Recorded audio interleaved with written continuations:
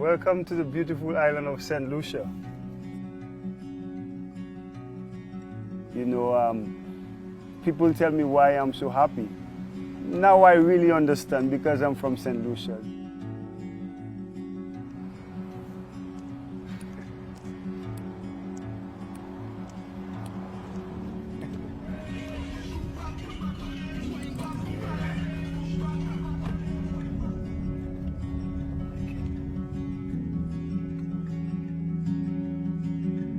You're riding shotgun with the man himself, Darren Sammy. Well, my hometown, you know, they would say I grew up in the countryside. Although it's a country, but when you say countryside, the more, you know, agricultural villages, you know, and that is a place called Duga in Miku, you know, and it's different. It's not the city life. I'm not a city boy. I'm a country boy. It's a pity I can't drive around and show you, but I can tell you, in my community, there's the only tree you could find in St. Lucia. It originated from South Africa. It's called the amazing baobab tree of life. The trunk is as massive. It came from Africa, and you could only find that in my community, in Dugai Miku. Man, we know how to party. City boys don't know how to party. It's the country boys that know how to party.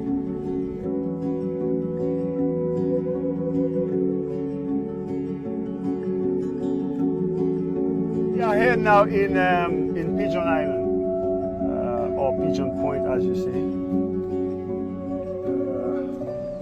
Another one of the famous spots. A lot of our events and carnival is coming up in July. Probably we're about a month away from St. Lucia Carnival. This place is gonna host a lot of parties. It's okay. What's up, dude? How are you, buddy? All is good? Yeah, man. Yeah, man. Yes. You good? Yeah, I'm not too bad.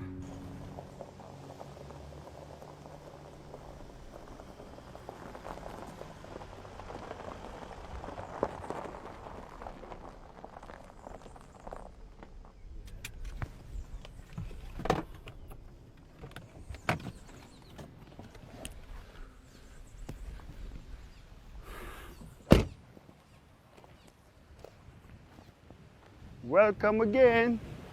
St. Lucia, nice. I think anybody growing up in the 80s and early 90s in the Caribbean where cricket is being played, they would have been inspired by either Curtly Ambrose or Brian Lara. To this day, they are still my two favorite cricketers. And growing up in St. Lucia, where we didn't really have a St. Lucian on the side, but you know, my father, everybody, when cricket was being played, so like the test match, 5 days on TV, that's all you would see on the local channels. So, and it was my favorite sport growing up. And I remember, you know, growing up as an Adventist, you cannot play cricket on Saturdays. So my mom wouldn't let me play cricket on a Saturday. We have a term in St. Lucia, say, mawon. It means like to run away. And I used to leave home on a Friday night, sometimes without my mom knowing, and I would head down to the VG Sports Complex.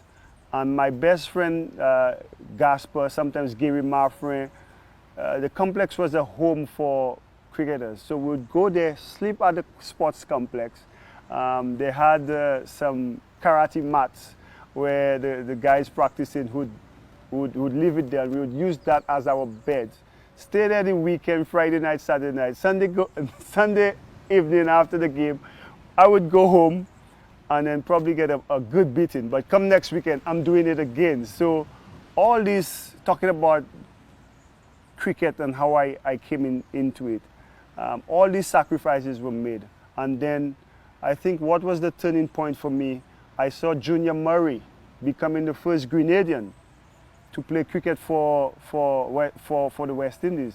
And I saw the government showered him with so many things. And a group of us, myself, Gary Marfrin, Champierre, you know, Sergio Fede, we were like, Imagine the first St. Lucian.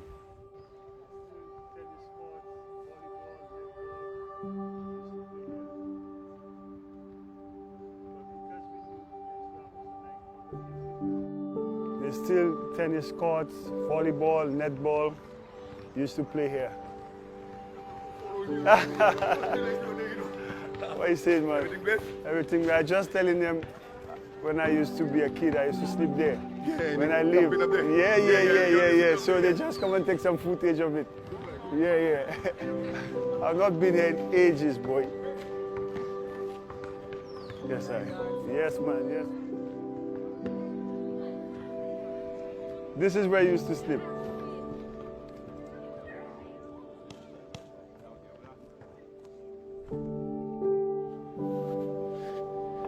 Yeah, boy. I remember climbing those stairs, huh? When Gaspar and I say it's time to go to bed. I don't know if the door is open, but inside here.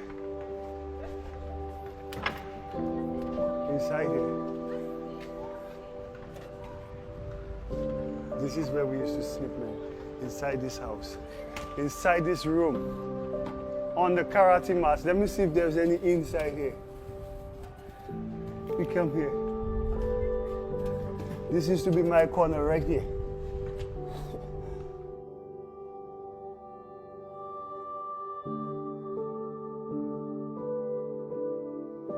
I've not been here in a while, man.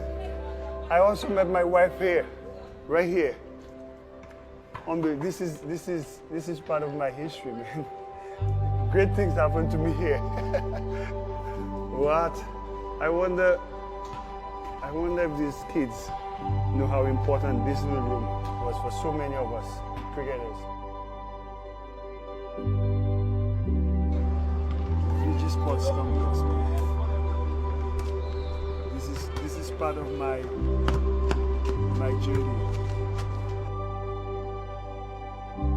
My mantra is in life, everything happens for a reason. So maybe it was God's way of putting me through these little testers for the main event, which was captain in the West Indies team. I think also my communication skills, being able to motivate, whether through words or actions, played a lot in pulling up a guy when he's down, lifting him up, and obviously the cricket side takes place. Having a good team, like that T20 team I had. You have Gale, Pollard, Bravo, Russell, Narain, Badri, all these guys, Suleiman Ben during these times, all these guys. It made my job easier, especially in the T20 format, knowing that I have that experience. And sometimes I didn't even have to call. They just knew, okay, this time. We played together for so long. They knew, okay, my time, my turn is coming, And I understood. Dwayne Bravo, he's the hero. He wants to be the hero. So put him in the situations where he's being a hero, And I think even in today's world, man management is key.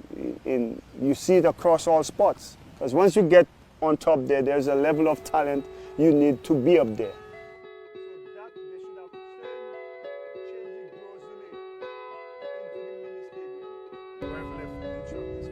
I knew nothing about it.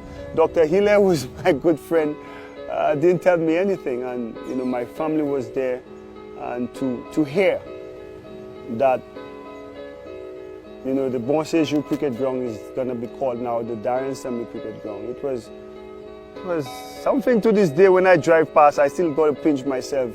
Is it really true? Because most times, you don't really get your flowers when you're alive.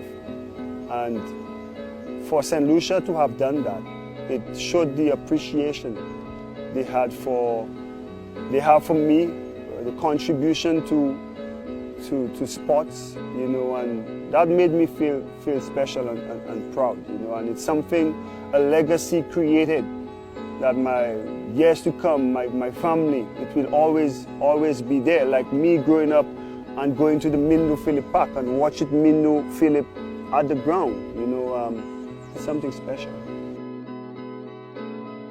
if I could pass on that knowledge to the youngsters.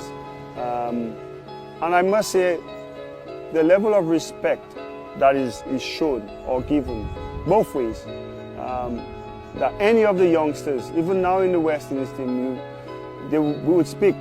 You know, something is going on, they would let me know, fine, get some advice, and I'm more than willing to do that. It's the same for me growing up with, I saw Courtney Ambrose and I saw Ian Bishop and these guys. I think we have to continue the journey, the trend. And here in St. Lucia, I try to do that. Whether it be through the work of my foundation, like I said, me making myself available to the youngsters, and they know that. I think I'm quite approachable, but a lot more could be done, you know, and I think a lot more will be done as well.